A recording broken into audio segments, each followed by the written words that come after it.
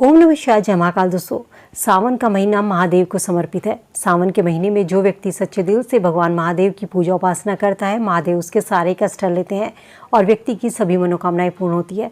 भगवान शिव मात्र एक लोटा जल से प्रसन्न होने वाले भगवान है। वहीं एक छोटी सी गलती के कारण भगवान शिव नाराज भी हो जाते हैं। साल 2023 में सावन की शुरुआत मंगलवार यानी कि 4 जुलाई से हो रही है। सावन के पहले ही दिन कुछ खास आसान से उपाय कर लिए जाएं। महादेव के ये आसान से उपाय हैं। महादेव को बेलपत्र चढ़ाते समय आपको सिर्फ एक शब्द लिखना है, जिसको करने से आपके जीवन के सभी कष्ट दूर हो जाएंगे।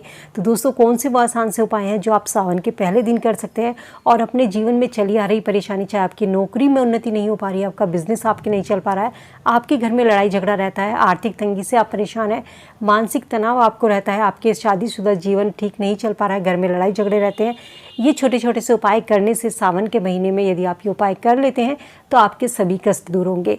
चलिए जानते हैं कौन से वो उपाय हैं। साल 2023 में सावन का महीना बेहद ही शुभ संयोग बन रहे हैं। दरअसल इस बार मलमास लगने के कारण सावन का महीना पूरे 59 दिन का होने जा रहा है। सावन का महीना भगवान शिव का महीना होता है। माना जाता है सावन के महीने में भगवान शिव की पूजा उपासना करने से व्यक्ति की सभी मनोकामनाएं पूर्ण होती है। साल के पहले ही दिन आप ये उपाय जरूर करिए, आपको लाभ जरूर मिलेगा। तो चलिए जानते हैं सावन के पहले दिन आपको कौन सा उपाय करना है। सावन के महीने की शुरुआत बेहद ही शुभ संयोग में हो रही है और पहला दिन मंगलवार का पड़ रहा है। तो मंगलवार का दिन हनुमान जी का होता है। तो सावन के पहले दिन आप हनुमान जी के मंदिर में जाइए और वहाँ पर हनुमान जी को चोला चढ़ाइए। चमेली के तेल और सिंदूर मिश्रण मिलाकर आपको हनुमान जी को चोला अर्पित करना है। इसके अलावा आप हनुमान जी को पान के पत्ते, गुड़ और चना भी अर्पित कर सकते हैं। सावन के पहले दिन यानी कि मंगलवार को 4 जुलाई को हनुमान जी के मंदिर में आप राम रक्षा स्तोत्र का पाठ भी कर सकते हैं। इस उपाय को करने से आपके जीवन में आ रही तमाम समस्याओं से आपको मुक्ति मिलेगी, आपके सभी कष्ट दूर होंगे। मंगलवार के दिन आप देवी पार्वती जी का ध्यान करते हुए सुहाग का सामान आप अर्पित करें और उसके बाद इस सामान को सुहागन महिलाओं को भेंट कर सकते हैं। ये ज़रूरतमंद स्त्रियों को भेंट कर सकते हैं। ऐसा करने से यदि आपके जीवन में लड़ाई झगड़ा रहता है, आपकी शादीशुदा ज़िंदगी सही नहीं चल पा रही है, आपका आपसी प्रेम नहीं बन पा रहा है, तो आपके जीवन में प्रेम और सहयोग बढ़ेगा। साथ ही आपके यदि पति की नौकरी नहीं है, आपके पति का व्यापार ठीक से नहीं चल पा रहा है, तो उसमें भी आपको लाभ देखने को मिलेगा।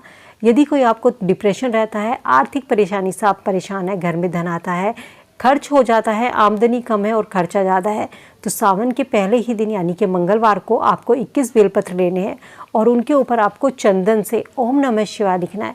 ध्यान रखना, चंदन से लिखना है, हल्दी या सिंदूर से नहीं लिखना है। बेलपत्र ध्यान रखिए कहीं से कटी पिटी नहीं होनी चाहिए और 3 पत्ती का एक बेलपत्र माना जाता है। तो इस तरीके से आपको 21 बेलपत्र लेने हैं। इन पर ओम नमः शिवाय चंदन से लिखकर भगवान शिव के मंदिर में जाकर भगवान शिव को ये समर्पित करने हैं और भगवान शिव से अपनी मनोकामना करनी है। आपके घर में सुख समृद्धि का वास होगा। सावन के पहले ही दिन शिव मंदिर में जाइए और जल में थोड़ा सा काला तिल मिलाकर लेकर जाइए। इस उपाय को करने से व्यक्ति की सभी इच्छाएं जल्दी ही पूरी होती हैं।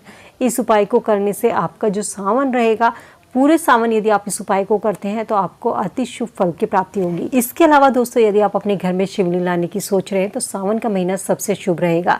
शिवलिंग को घर में रखना चाहिए या नहीं, लोगों के मन में ये प्रश्न आता है। शिवलिंग को घर में रखना कोई बुरी बात नहीं है, लेकिन घर में शिवलिंग जब हम रखते हैं तो उस पर हम प्रॉपर तरीके से, सही तरीके से जलधारा अर्पित नहीं कर पाते और शिवलिंग के ऊपर हमेशा जलधारा गिरती रहनी चाहिए। शिवलिंग को कभी भी सूखा नहीं रखा जाता।